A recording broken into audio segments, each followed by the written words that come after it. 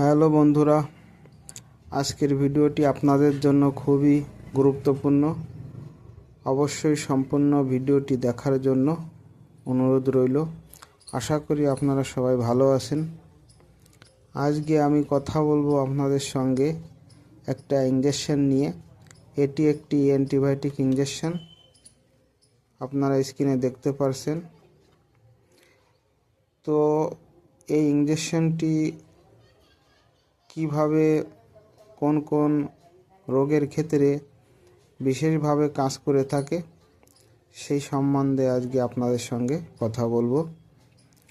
তার আগে RMB medicine tips চ্যানেলটিকে সাবস্ক্রাইব করে সঙ্গে থাকুন। হ্যালো বন্ধুরা, এটি একটি অ্যান্টিবায়োটিক ইঞ্জেকশন। মূলত এই ইঞ্জেকশনটি আপনাদের প্রতিনিয়ত যে সমস্যাগুলি হয়ে থাকে, যেমন বারবার জ্বর আসা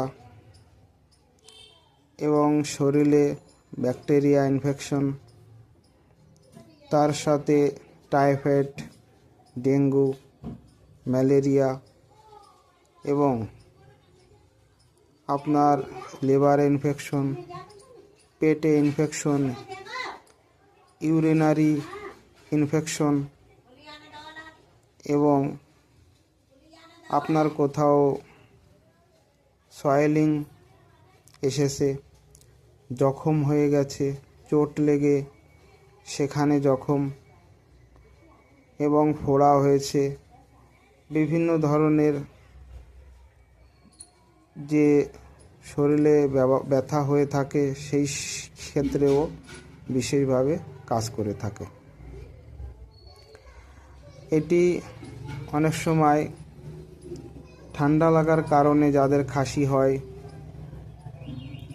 যাদের শ্বাস নিতে সমস্যা হয়, সেই সমস্ত রোগের ক্ষেত্রে এটি ব্যবহার করা হয়ে থাকে এবং পেশেন্টের ওয়েট অনুসারে এটার ডোজ নির্ধারিত করা হয়। সেক্ষেত্রে ইঞ্জেকশনটি ব্যবহার করার আগে অবশ্যই আপনার ডাক্তারের সাথে পরামর্শ করে নিতে হবে। বাচ্চাদের ক্ষেত্রে কেমন ডোজ এবং বড়দের ক্ষেত্রে কেমন ডোজ অবশ্যই ডাক্তার আপনাকে এ বিষয়ে প্রোভাইড করবে এবং গর্ভবতী